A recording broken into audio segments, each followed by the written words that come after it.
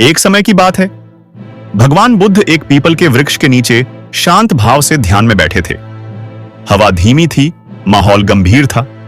तभी एक व्यक्ति काफी देर से उन्हें देख रहा था।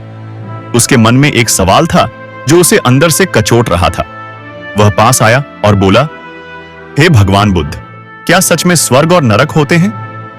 भगवान बुद्ध ने आंखें खोली, थोड़ी देर उस व्यक्ति को देखा और शांत स्वर में बोले, मान लो स्वर्ग और नरक नहीं होते और तुम यह सोचकर अपने कर्मों पर ध्यान ही नहीं देते। तुम जो मन करे वह करते हो। झूठ, छल, स्वार्थ और पाप को सामान्य समझ लेते हो।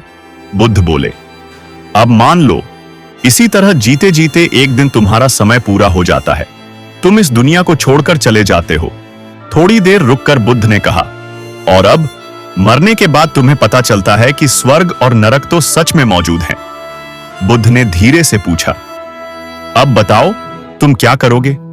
बुद्ध आगे बोले, जिस व्यक्ति ने अपने जीवन में सही कर्म किए, दया, सत्य और संयम को अपनाया, उसके लिए स्वर्ग का द्वार खुल जाएगा। फिर बुद्ध ने उस व्यक्ति की ओर देखा और कहा, लेकिन तुम्हारा क्या? तुम तो यह सोचकर जीते रहे कि कुछ भी नहीं है। अब पछतावे के अलावा तुम्हारे पास क्या बचेगा? बुद्ध गंभीर स्वर में बोले, समय निकल जाने के बाद पछतावा किसी काम का नहीं होता। फिर बुद्ध ने धीरे धीरे जीवन का रहस्य समझाया। इसलिए सुनो, अपने कर्म आज सही करो, क्योंकि कर्म कभी व्यर्थ नहीं जाते। उनका फल यही नहीं, आगे भी तुम्हारे साथ चलता है।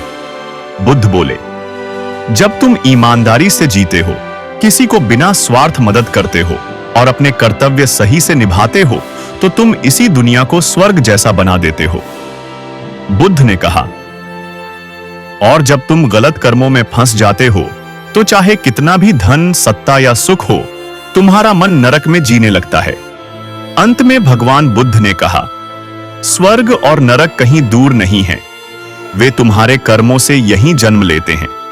सुनो, ऐसा जीवन जियो कि जब यह शरीर छूटे तो मन में कोई पछतावा न हो, क्योंकि सही कर्म ही वह साथी है जो जीवन के बाद भी तुम्हारे साथ जाते हैं।